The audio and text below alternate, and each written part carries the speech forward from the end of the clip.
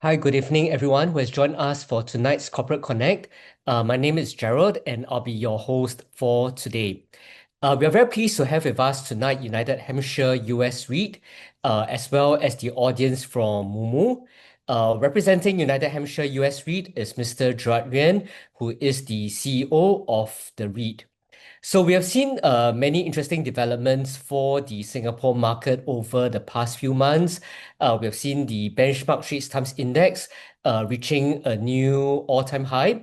At the same time, we have also seen renewed interest in the Singapore REIT sector in anticipation on the cut in interest rates by the US Federal Reserve. So I think we'll have a very interesting conversation tonight with the management team of United Hampshire US REIT to understand some of the recent developments as well as their plans for the year ahead. But maybe just before we start, we'd like to have a quick market update by Mr. Tu Jin Chong, who is the dealing manager at Mumu Singapore, where he will be giving us an update on the latest market developments before we go into the presentation by United Hampshire US REIT. Jin Chong, over to you. Hello, thank you, Jared. And a very good evening to everyone that is tuning in tonight, as well as to the United Hampshire management team, as well as to the SIAS member team for organizing this session. Let me just share my slides for a moment. Okay, let me see. Okay, I guess everyone can see it.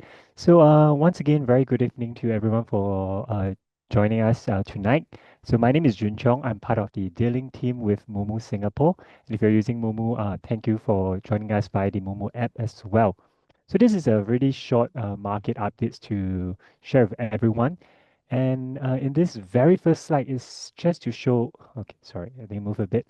The year-to-date returns so far as of I did this yesterday at 4:40 p.m. This is some of the year-to-date returns for the different indexes worldwide.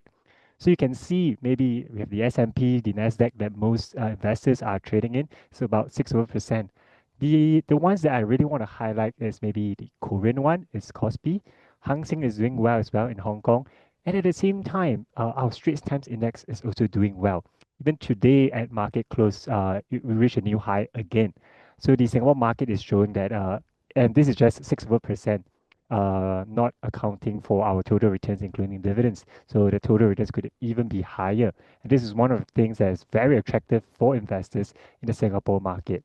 Some of the things that you don't see here maybe are those that are not doing so well. Maybe your Japan Nikkei, your Thailand SET. So these are the sectors, the countries, the markets that may not be doing so well. However, at the same time, you can see these are really the few key markets that a lot of investors in Singapore are trading with. So of course, we also have the UK FTSE 100 as well, 7% year to date so far. So overall, the market has been doing well, less than what we've seen last year. If you look at the US S&P, the Nasdaq. But other than that, Hang Seng is doing well. Straits Times maybe not as good as last year, but it's still performing well compared to, let's say, the US, our US counterparts. So how did the Straits Times do so well so far? So I guess the first one I talk about up over 6% year to date, and we are looking at even a home run. Because for those who have been looking at the Singapore market this year alone, you realize that the point number two, trio of banks, they are not the top gainers this year. So your likes of DBS, OCBC, UOB, they dominated the conversation last year for the STI. They were doing very well because of the whole interest rate environment. And then this year, of course, towards the end of last year, we did see that the US Federal Reserve, they cut about a total of 100 basis points. And then we slowly see that the banks are started to taper down a little bit, doing not as well as what they have done last year. A lot of REITs started to climb back up since the first cut that happened late around Q3 of last year. And of course, the conversation of the trio of banks and Singapore REITs, they are always interconnected with one another. Uh, while this year the banks are not doing as well, we did see a lot of our Singapore REITs. They have started to ramp up with the lowering of interest rates. The cost of borrowing becomes lower. A lot of them are reporting better results. Some of them they are doing a lot better than the others. But this year itself, for Straits Times Index, we do have to note on what I like to call the Sing company, SING, Sing company. So we have your ST Engineering, Singapore Technologies, we have your Singtel, we have your SIA. These are all the Sing companies that have done tremendously well in the STI, which really propelled the whole index to what I like to call the new high. Of course, the banks had held steady despite the global macroeconomic factors. But I would say a lot of this, our local company, I like to call it the Sing company, they're the one really propelling the whole index forward. And of course, we have addition of Capital DC REIT as well coming into the STI to boost it even further. So without further, let me go to the next one. So this is really on US S&P 500 as well as maybe to a certain extent the Nasdaq, the tech-heavy Nasdaq. So this year itself, of course, the US market wasn't performing as well as we have hoped compared to, of course, last year or even 2023. However, it's still relatively I guess green for those who look at markets that's going up in green. Uh, 6% for the S&P, 6% for the Nasdaq. It's doing well. However, the conversation this year is very different from, let's say, last year, which is all about AI, or 2023, which is all about the Magnificent Seven. So now the talk is really about, I'll say number two, it's tariff. So for those who have been following the news, the pause of the tariff it's supposed to end tomorrow. But of course, US President Mr. Donald Trump did extend it to 1st of August for those who have been following it. Of course, as of today morning, he did announce some of the tariff rate for about 14 over countries, ranging from 25% to 40%. I think 40% is your Laos, and then 25% is Malaysia, South Korea. So these are all countries that will have the new higher tariff rate from the baseline 10% to between 25% to 40% starting 1st of August. So these are things that can affect each individual your portfolio depending on which countries you're investing in, how it may impact your overall risk level in your portfolio because of this tariff trade that is being implemented by US President Mr. Donald Trump. So of course, the conversation always comes back to at the same time, uh, the Federal Reserve and interest rates, because with tariffs coming in, it inevitably will increase the cost of living for a lot of people. Prices will go up, inflation will be stickier, and then now it becomes a challenge for the U.S. Federal Reserve to think about their interest rates environment, how they want to lower it. Is it sustainable? Can they meet their target goal of 2%, etc. So as of now, it's very unlikely that we are seeing a July rate cut.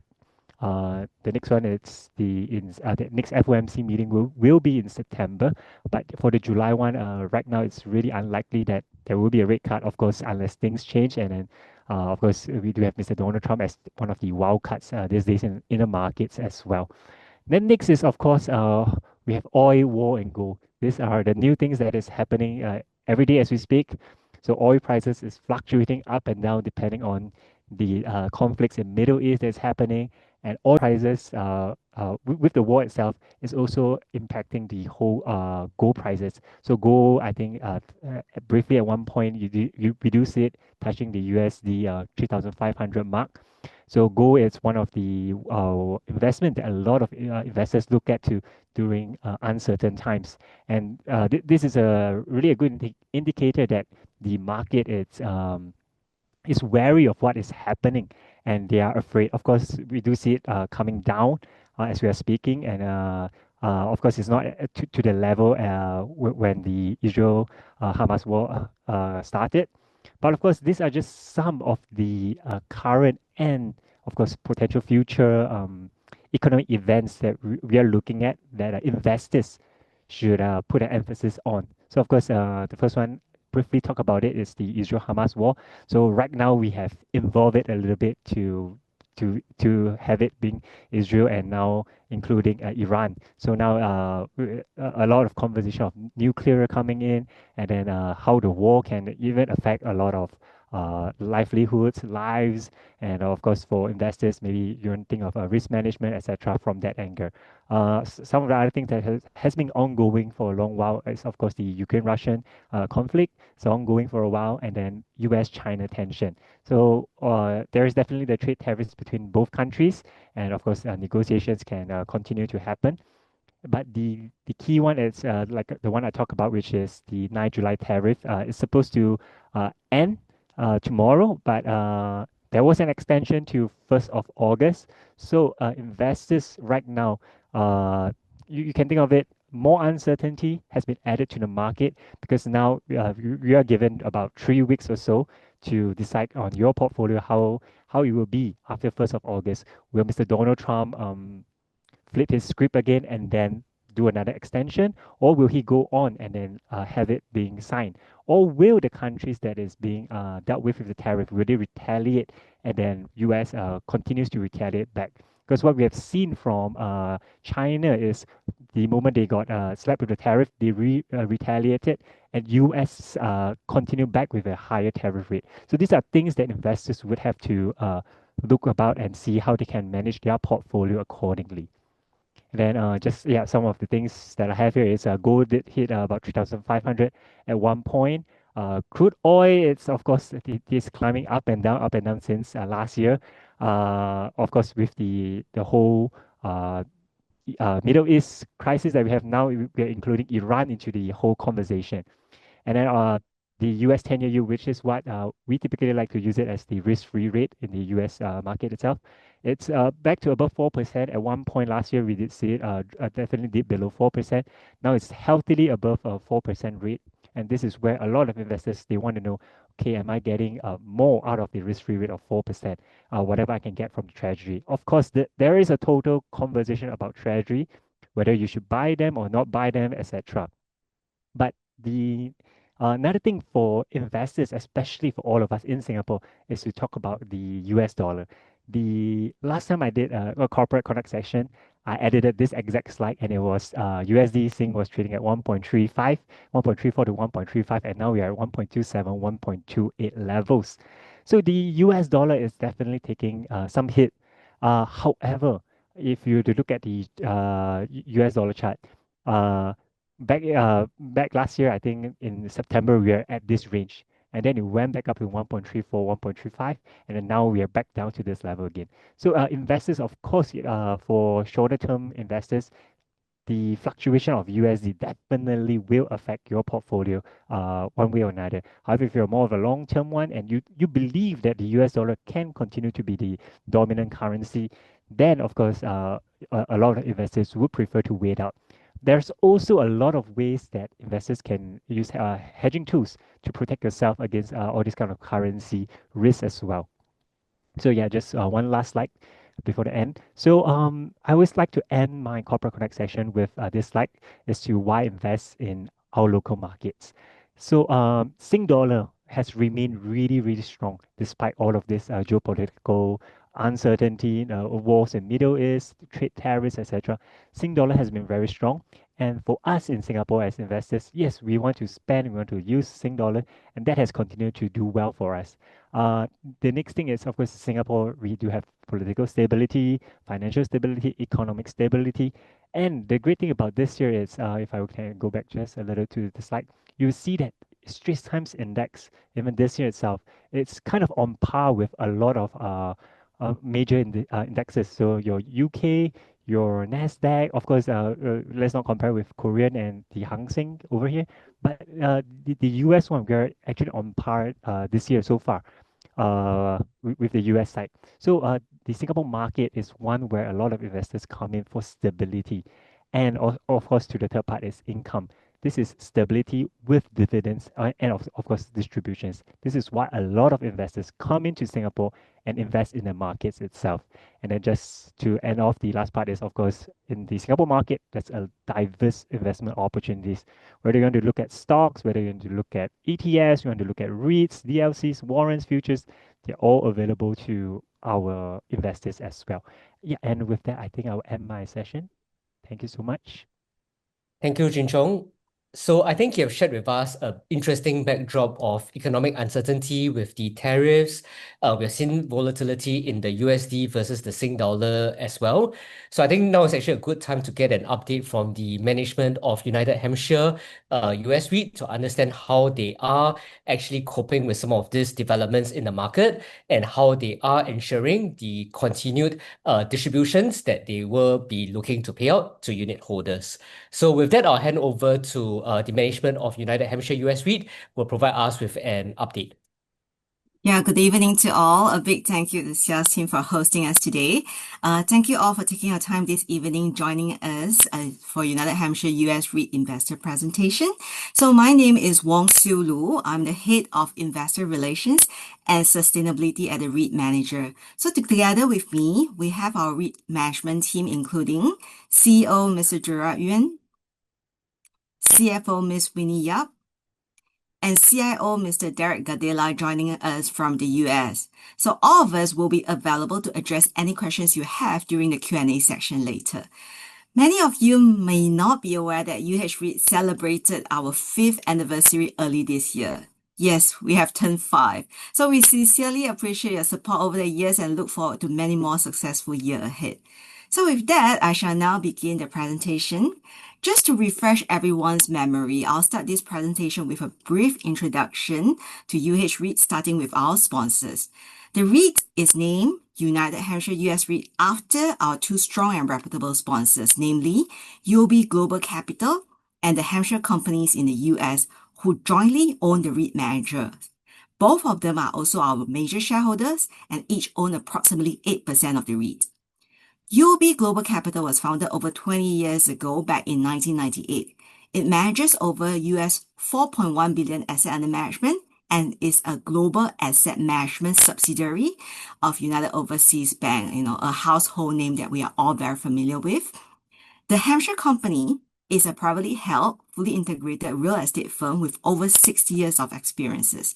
They own and/or operate a diversified portfolio of over 170 properties across the US with AUM in excess of US 2.6 billion.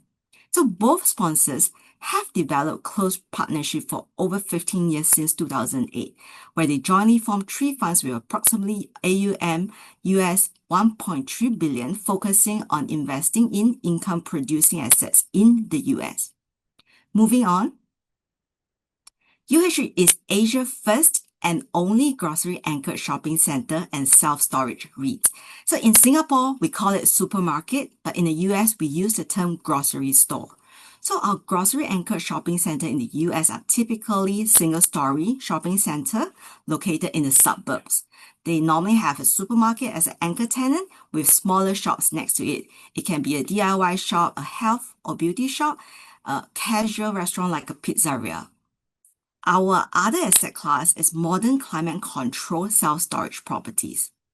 UH REIT owns 19 grocery-anchored shopping centers and 2 self-storage properties. They are all located along the US East Coast, which is densely populated and has high income levels. So our property are spread across 8 US states, from up north New York, New Jersey, Pennsylvania, all the way down to Florida.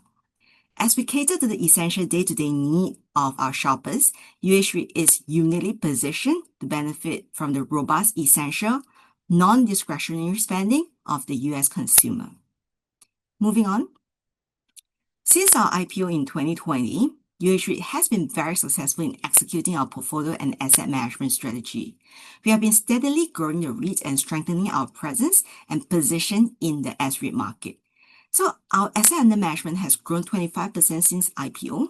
So over the years, we acquired 3 yield-accretive acquisitions, completed 5 divestments, all at premium above the purchase price. So in addition, we completed the construction of 3 new properties since IPO.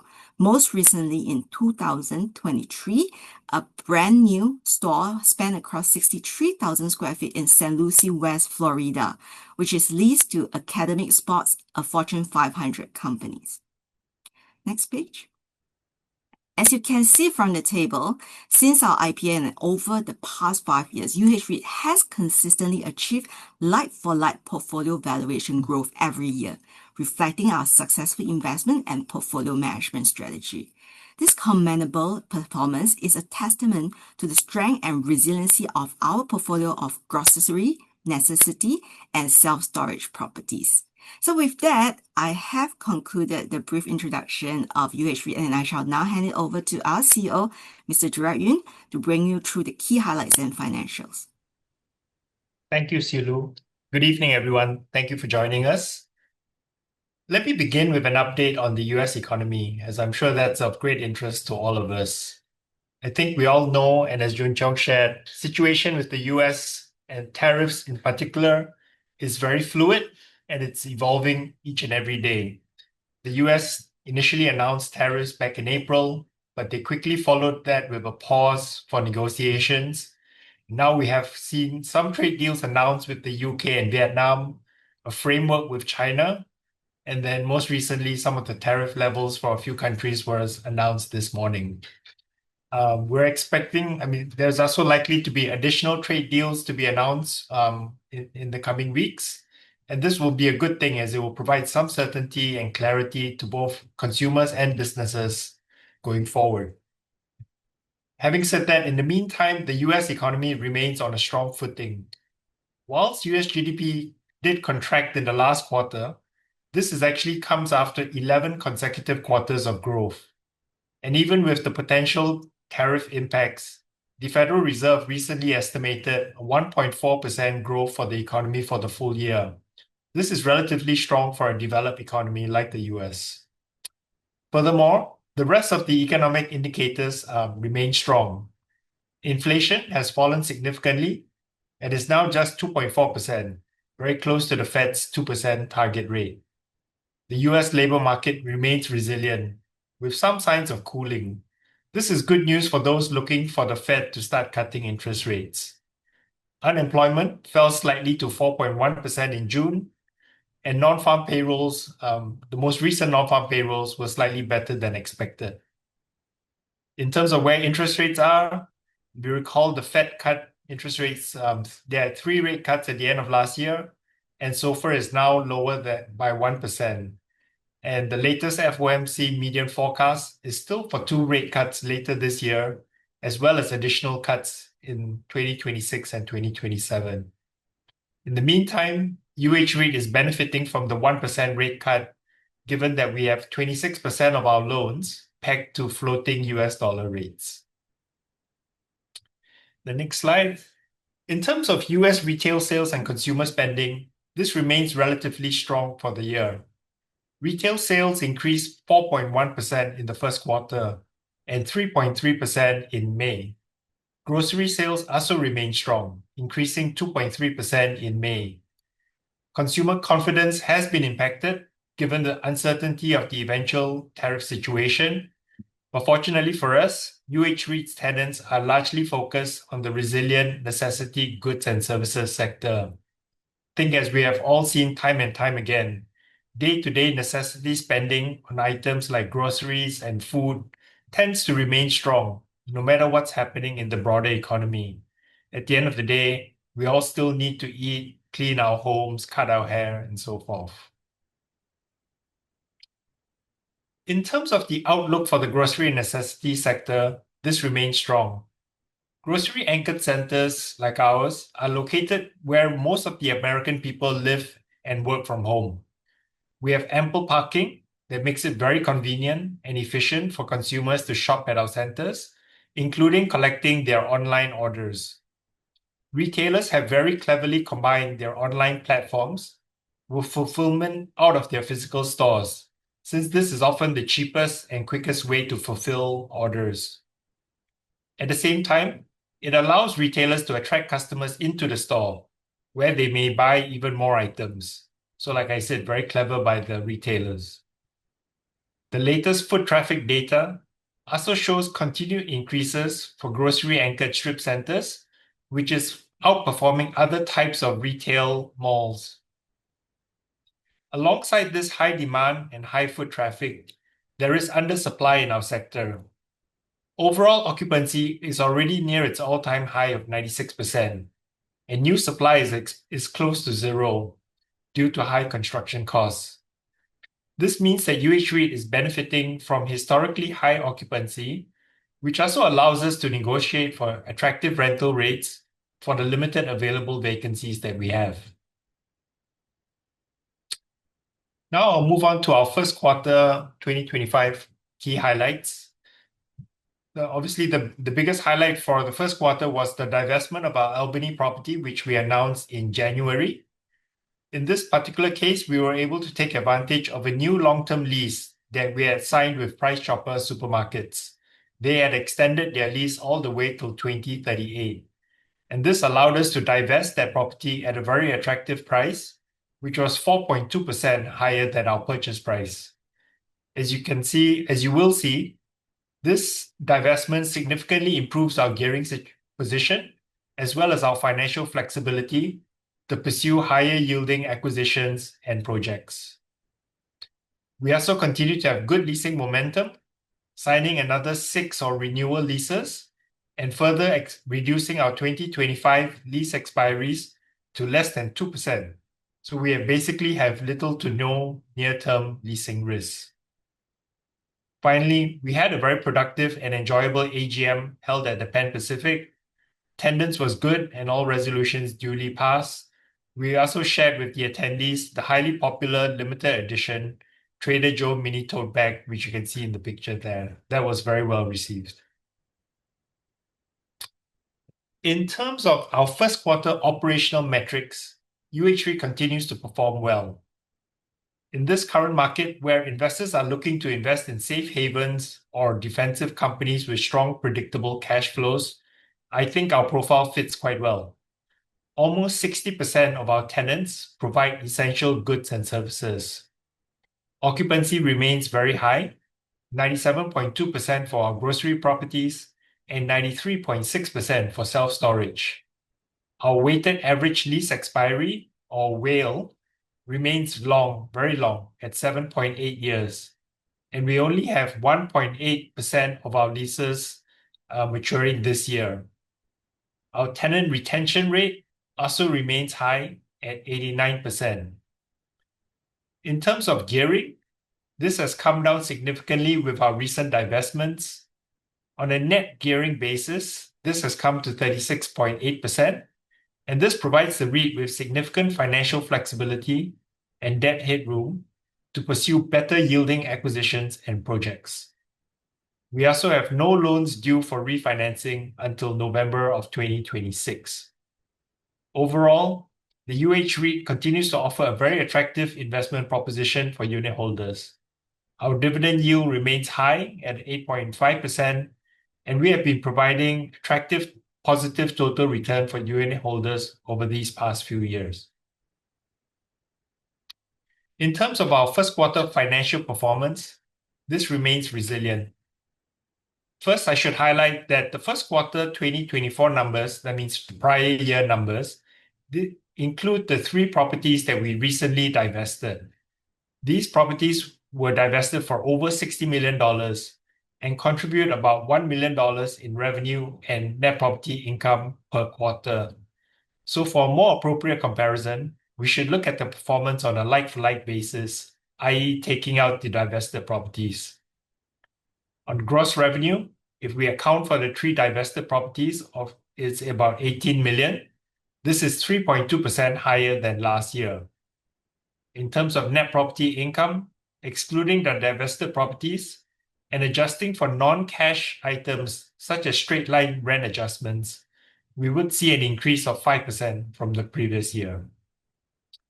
The increase in the same-store net property income is driven by the new leases with Trader Joe's and Dick's Sporting Goods, as well as the built-in rental escalations in the majority of our leases. In terms of distributable income, in 2024, we were still benefiting from some swaps that we had done at quite low levels. Those matured in March 24. So the first quarter distributable income was benefiting and relatively strong. Having said that, our first quarter DI performed pretty commendably and almost matched the 2024 levels. Moving on to our balance sheet. As I mentioned, gearing post-divestments has come down significantly. Our net gearing is now just 36.8%, which is significantly below the S-REIT average.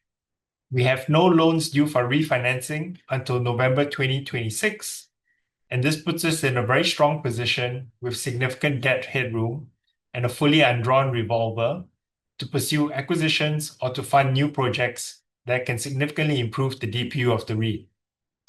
Also, 73% of our loans have been hedged to fixed rate, but this does mean that over 26% of our loans stand to benefit from the lower interest rates as and when the Fed decides to cut rates over the next few months. And with that, I'll hand over to our Chief Investment Officer, Derek, who's in the US, to take us through the detailed portfolio highlights. Thank you, Gerard, and good evening, everyone. We would like to start our portfolio update by discussing the influences of the digital world on the retail sector and how the physical store serves as the center of the action.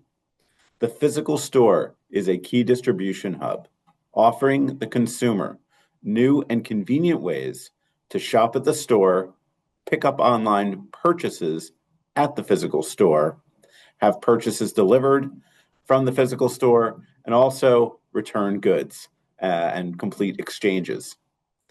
Offering these pickup and return services at the physical store provides convenience to the consumer and can also boost customer traffic at each store.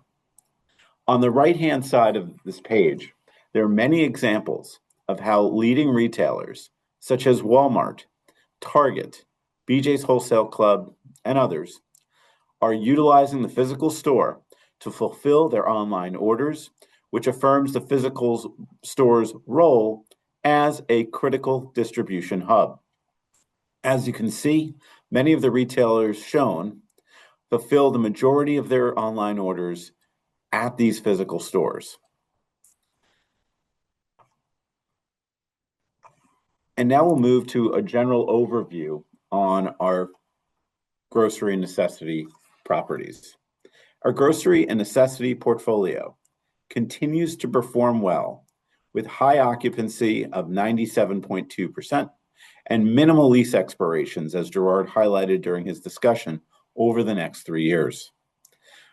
We continue to see healthy lease renewal activity within the portfolio, and a good example of this is Home Goods, which is a discounter owned by the TJX companies, who extended its lease for 5 years during the first quarter at our St. Lucie property.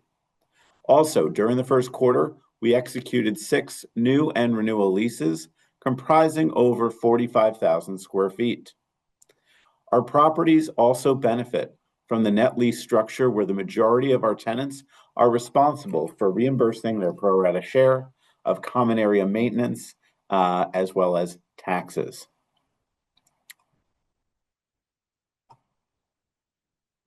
On the next slide, here is a snapshot of our top 10 tenants and other notable tenants that are within our portfolio. As you can see, there are many well-known and recognized household names here, many of which are familiar in Singapore. Our top 10 tenants have a WALE of 10.1 years. We have many of the largest and best performing grocery or supermarket chains as our tenants, which include Walmart, the world's largest retailer, Ahold, which operates the Giant and Stop and Shop brands in the US, and Publix, which is one of the largest and most popular supermarket chains, that is particularly strong in the Southeast United States, as well as Trader Joe's, which is a much-loved grocery chain with a strong brand following that is well known for its high-quality private label products, which are only available in the physical store. Other major tenants include Home Depot and Lowe's, which are 2 of the largest home improvement stores in the US, as well as major and well-known food and beverage chains such as Subway, Chipotle, Cava, Raising Cane's, Burger King, as well as financial and consumer services companies such as AT&T, Verizon, FedEx, UPS, JP Morgan Chase Bank, and Wells Fargo. Importantly, the majority of our tenants, approximately 60%, provide essential goods and services to the U.S. consumer, and this significantly reinforces the resilience and stability of our grocery and necessity portfolio. On the next slide, we'll talk about our self-storage portfolio. Our self-storage properties continue to perform favorably, while the sector more broadly continues to normalize due to limited home sale activity in the U.S. As you can see, our two self-storage properties continue to have high occupancies, and rental rates have remained quite strong, despite some volatility over the last year. And now I'd like to provide an update on our tenant sales performance.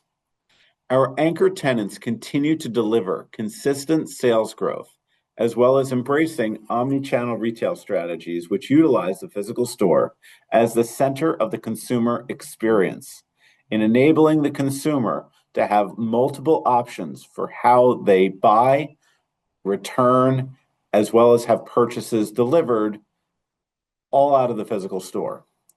On this slide, we feature Walmart, which is a very familiar name to all of you, as well as Publix and BJ's Wholesale Club and Dick's Sporting Goods. Just to note, BJ's Wholesale Club is a popular membership-based wholesale club, providing its members a broad array of groceries and national brands at discounted prices. Dick's Sporting Goods is also a leader in the sporting goods sector. As we look at all these tenants and their performance as of 1Q 2025, these tenants experienced meaningful year-over-year sales growth, which ranged from 3.9% to 5.1%. And now I'll move on to a quick note on the resiliency in self-storage and strip and grocery and necessity, also known as the strip center sector, property values. This slide provides more information on the overall valuations of various U.S. real estate sectors since 2020. I know we've all been reading about the news reports with the challenging valuations in the U.S. office retail sector, and thankfully, as you can see in this chart, other than office, valuations across all property sectors are actually very strong. For our two sectors in particular, in the two blue columns highlighted in blue, which focus on the daily and necessity needs of the consumer, valuations are up strongly. With our emphasis on the daily necessity needs and the strong underlying supply dynamics that Gerard previously mentioned, the valuations of both grocery and necessity properties as well as self-storage properties have increased meaningfully, up by approximately 23 and 34% respectively over the last 5 years. And now I'll turn the presentation back to Sulu. Thank you. Thank you, Derek and Gerard, for their detailed presentation. So before we dive into the Q&A section, I'd like to play a 2-minute video showcasing REIT's property in Florida, St. Lucie West. So you'll be able to see the 63,000 square feet new store that we constructed for Academic Sports, a Fortune 500 company, in the video. Please play the video now. Welcome to St. Lucie West, a grocery-anchored retail center in Port St. Lucie, Florida. Comprising 8 single-story buildings, St. Lucie West is the epitome of convenience within the local community. Anchored by well-known brands such as Publix, Burlington, LA Fitness, and HomeGoods, its 48 tenants offer a diverse array of shopping, dining, and entertainment experiences to visitors. A brand new 63,000 square foot Academy Sports and Outdoor store opened in November 2023, further enhancing the offerings available at this property. The center's tenants offer a variety of curbside pickup and buy online, pickup in-store options for their customers. Several of the restaurant tenants and Publix offer drive-through pickup options for added convenience. St. Lucie West is dedicated to sustainability with new LED lighting installed throughout the property's parking lots. In addition, Academy Sports and Outdoors' new building features a reflective roof and high-efficiency HVAC system. St. Lucie West is more than just a shopping center. It's a community hub. Surrounded by single-family residential areas, it is also nearby the master-planned community of Tradition. Tradition boasts approximately 3,000 residents, as well as a plethora of amenities, including charter schools, shops, offices, and a 300-bed hospital. The surrounding Port St. Lucie area's population has grown by almost 40% since 2010 and is well positioned for continued growth. Over 500,000 people live within 20 miles of the property.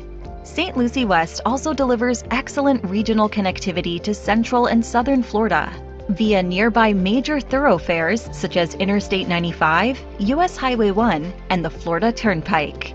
St. Lucie West's complementary tenant mix and omni-channel shopping offerings have created a leading regional shopping destination, making it an integral piece of United Hampshire US REIT's grocery and necessity-based real estate portfolio. Seeing is believing. Yeah, I hope you enjoyed the video. To date, we have curated a total of 9 episodes of all about UH educational video series where we spotlight our properties through dynamic video content. So you can view all episodes on UH website and our LinkedIn page. We encourage you to forward them to your colleagues and friends. Don't forget to follow UH LinkedIn page for our latest update. So with that, I will now hand over to Jared to moderate the Q&A section. Jared, over to you. Thank you, Siulu. We'll definitely be looking out for the updates on your LinkedIn page. So we have some of the live questions that have come in. So if you're a participant on today's webinar and you'd like to ask a question, do go to the Q&A section of the app and you can actually ask your question there. So I think, Siulu, since we are on this topic of getting updates from the company, we have this question from Kelvin, who would like to get a copy of tonight's presentation slides. Where would he be able to find them? Yeah, we have uploaded this presentation slide via SGXNet. You can actually get it from our website as well under Investor Relations announcement. Yeah, so it has been uploaded to our website as well. Okay, thank you. So I guess it's a good industry practice to be uploading your slides to SGX. So thanks so much for doing that. So I think one of the topics that was brought up earlier was the divestment. That was one of the key developments in the first quarter of this year. But what this investor, Mr. Chong, then noted is that while the divestments had reduced your gearing, the distributable income and distribution per unit also appears to be affected with the loss of revenue. So how does UH REIT intend to address some of this impact to your distributable income? Thank you. Thanks very much for that question. It's a good one. So in this case, the answer is I would say it's clear for us in the sense that we sold this property at a very attractive price, which means at a very attractive cap rate as well, meaning the cap rate on the property that we sold was actually slightly below 7%. Because of the attractive price that we received for it. The proceeds, or if we were to use it to repay our floating rate debt, because if you remember, we do have about 26% of our loans on floating rate. So that's the most expensive debt that we have because the swaps that we have done and our fixed rate loans are much lower rate than that. So the floating rate debt we have is actually not too far off from the cap rate that we sold the property at. So there is actually very limited impact in terms of DPU and distributable income from the sale on its own. Having said that, I think one of the things we want to highlight as well is the intention is not just to sell and sit still. I think we emphasize that it does provide a lot of gearing headroom for the REIT. In terms of, we can use that to actually acquire better yielding assets, improving the quality of the portfolio. And this can be in the form of either buying a property, which we've done in the past, or it can also be in the form of asset enhancement or new development initiatives that we've done in the past as well. I think we saw on the slides the Academy Spots, for instance. That was a building we had constructed on existing land that required a little bit of CapEx last year, and that was done in 2023. Last year, we did have a little bit of capital investment to bring in Trader Joe's. For those of you who are familiar, Trader Joe's is very, very popular supermarket in the US. It was quite a transformational transaction to bring them into our Lincroft property. So there are ways for us to deploy this capital to actually get a much higher return than the low cap rate at which we sold the property at. And of course, just to remind everyone, low cap rate translates to a high price for the property that we sold. I hope that answers the question. Thank you, Gerard. So I think on a related topic, there's this question by Yulin on the newly constructed St. Lucie property. In this case, did the REIT buy the land and bear the construction risk, or did you actually purchase the newly constructed property? Sure. So that was actually a very interesting and a very good project for us. The St. Lucie property you mentioned, that's our property in Florida. It's a very large property that we have there.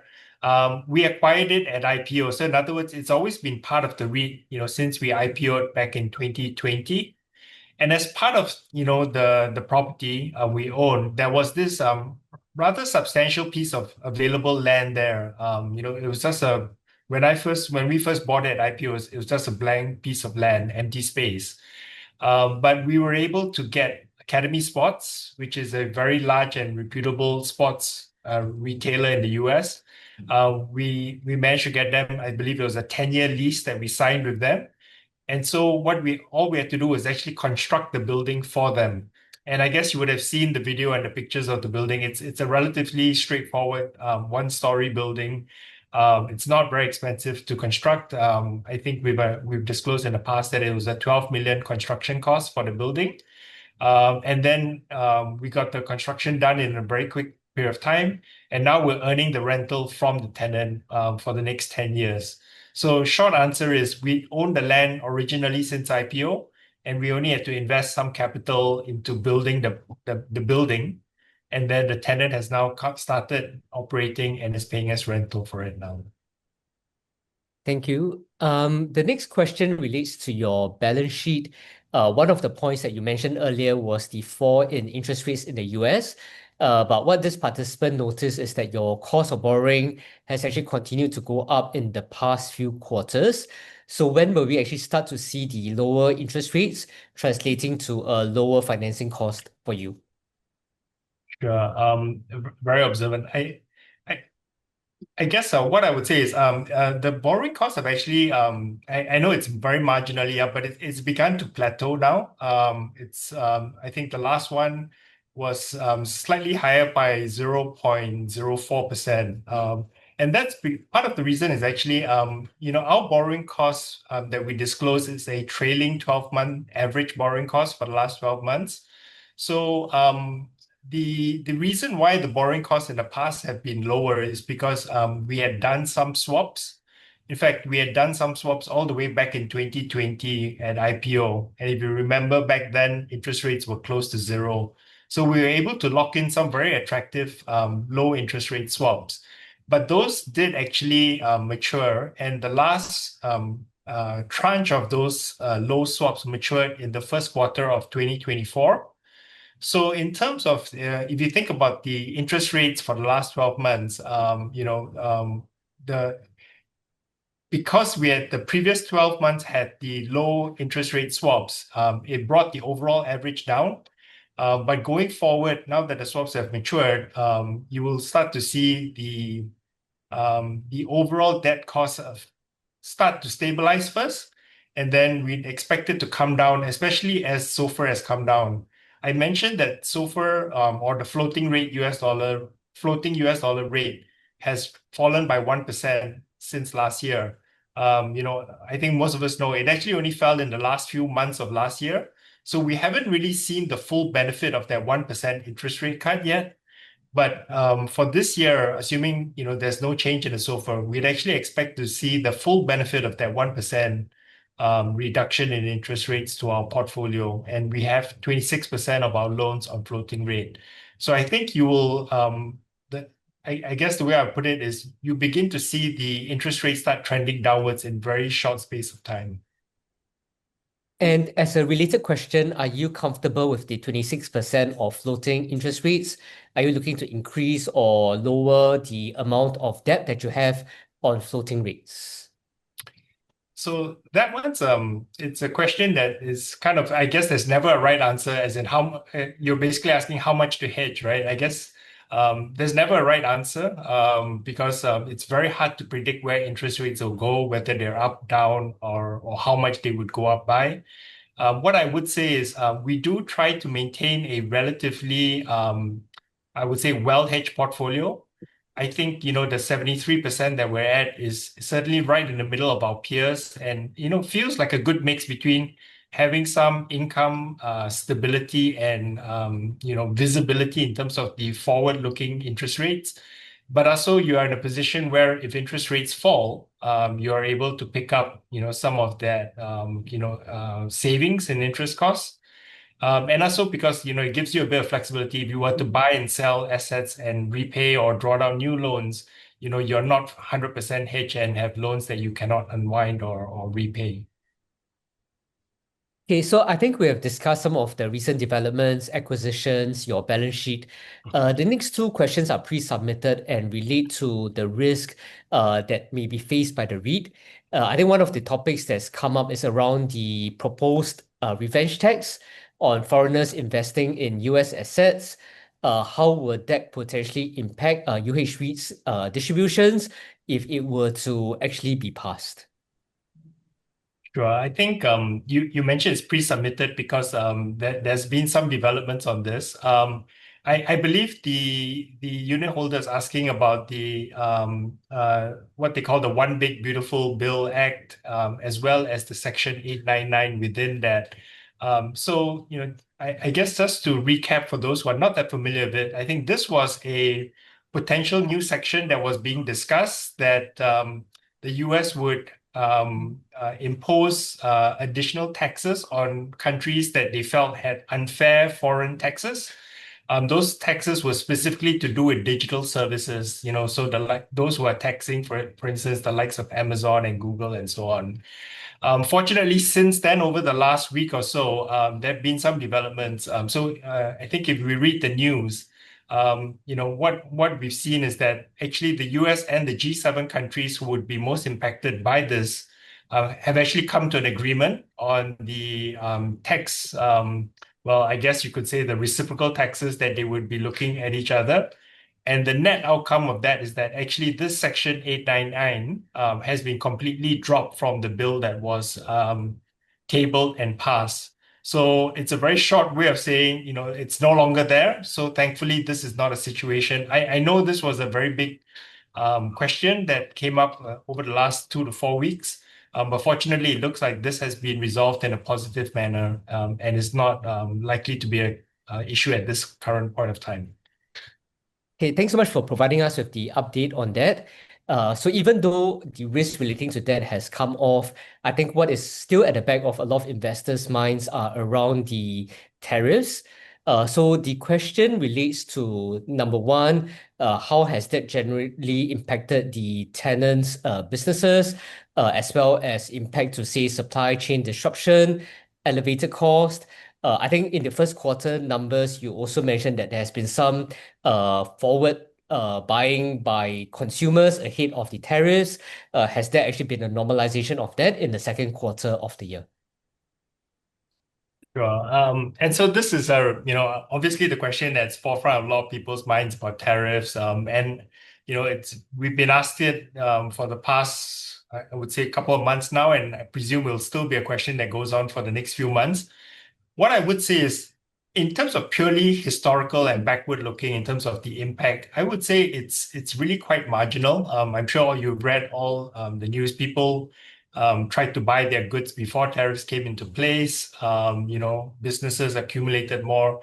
And obviously, I think most importantly, as we all know, the tariffs are still up for negotiation. I mean, there's some baseline tariffs that have been imposed. But since the announcement in April, actually, we've been in a situation where the final tariffs are being negotiated. And I think Jun Chong mentioned as well, we're looking at sort of 1st August implementation for some of these numbers that we've seen as well. So the short answer, and you'll get the same answer when you read the releases by all the companies who operate in the US, is it's still very hard to really estimate the actual impact, because if no one knows what tariffs are being imposed and which sectors may be excluded or have negotiated different tariffs, you can't really estimate it. But so it's hard to give a really a definitive answer on that. But I think one thing I would like to stress is specifically for UH REIT as well, the nature of our properties, the nature of our tenants, we're in a relatively good position.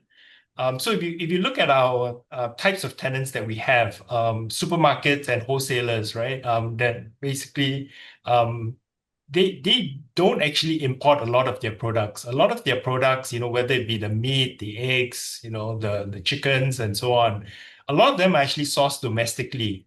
Or if it's not within the US, it's probably nearby. So maybe Mexico and Canada, or other parts of the Americas. But they don't actually import a lot of their goods from Asia, which is where the highest tariff numbers are being discussed. So a lot of them are not really at the forefront of being heavily impacted by the high tariffs that we're talking about.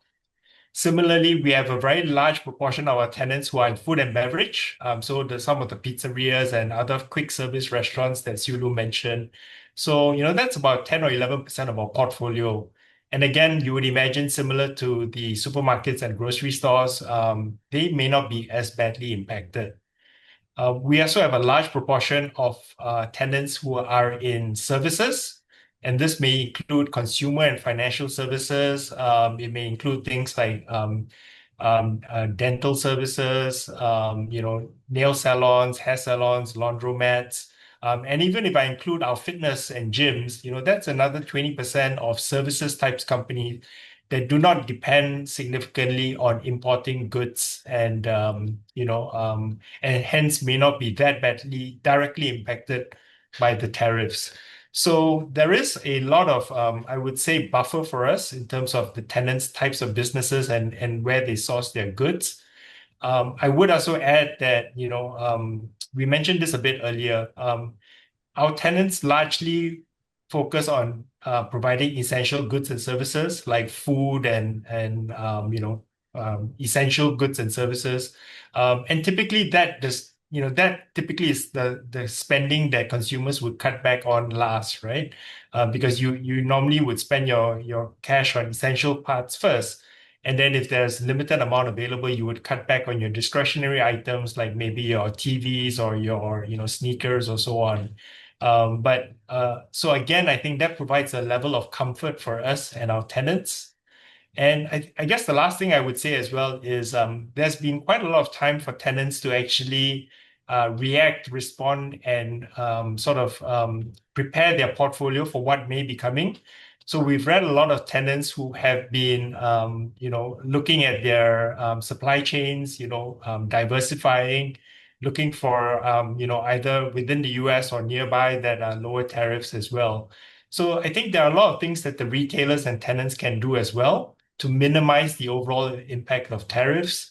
And so I think if you look at and combine all of these different factors that are ongoing at the moment, it's not something that will be as big an impact on UH REIT, I feel, than it would be directly to some of the companies that are in the more discretionary types of goods and services sector. Okay, and I think that brings us to the last question of tonight's webinar. It's a question by Kelvin around what then can investors look forward to for UH REIT over the next 5 to 10 years? Yes, great. So like Siulu mentioned, it's time has flown by. It's been 5 years since we listed. We've been very active in the investment and divestment space and growing the portfolio as well. We believe we have a very, very good, strong sector. I talked about the sector dynamics and the stability of the portfolio and what it offers to investors. I mean, 8.5% yield is and these types of underlying properties is quite attractive, we feel. So I think the focus for us is to continue to grow the portfolio. We do recognize that bigger REITs tend to be more favored by investors because there's better liquidity, and that it's easier for them to get research coverage and visibility as well. So I think the opportunity is really to continue to grow the REIT, because I think we offer a pretty compelling offering and value proposition to investors. But if we can grow the REIT in a measured manner and buying good properties, we think will be even more attractive proposition to investors. And so hopefully as we look forward for the next 5 or 10 years, you would see a much larger REIT with a much more diversified and strong portfolio, and continue to do some of the positive work we've been doing over these past 5 years. Okay, thank you so much. And we all look forward to the continued growth in your asset under management and also hopefully your distribution per unit. Thank you to Gerard, to Winnie, Derek, as well as Siulu for sharing the updates with us today. And for all of you participants, we hope you found tonight's Corporate Connect webinar helpful to you in some way. If you missed any part of tonight's webinar, you can actually rewatch this webinar on SIAS YouTube channel. Corporate Connect is initiated by SIAS, and you can visit the SIAS website to get regular updates on the upcoming investor education programs as well as initiatives. So thanks so much for joining us tonight. I hope you have a very pleasant evening, and I hope to see you at the next Corporate Connect. Thank you. Thanks, Thank Gerald. you. Thank you for your everyone. time. Thank you, everyone. Bye.